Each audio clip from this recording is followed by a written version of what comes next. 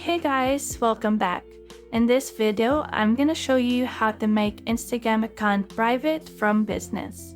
Let's get started.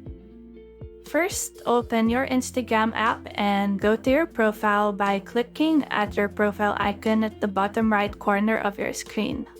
If you see the professional dashboard below your bio or name, means that your account is currently set as a business account. Now let me show you how to easily switch it back to private. Tap on the three horizontal lines at the top right corner of your screen and select Settings and Privacy. From here, locate the option Creator Tools and Controls and click on that. And then click Switch Account Type and choose Switch to Personal Account. Just confirm that you want to switch to personal account, and after a very few seconds, your account will be switched to personal.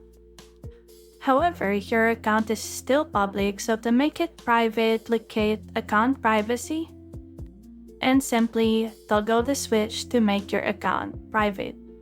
Just confirm that you want to switch to private, and there you have it. That's how you can easily make your Instagram account private after switching from a business account. If you have found this video helpful, simply leave a like below or subscribe because it helps me reach more people. See you soon!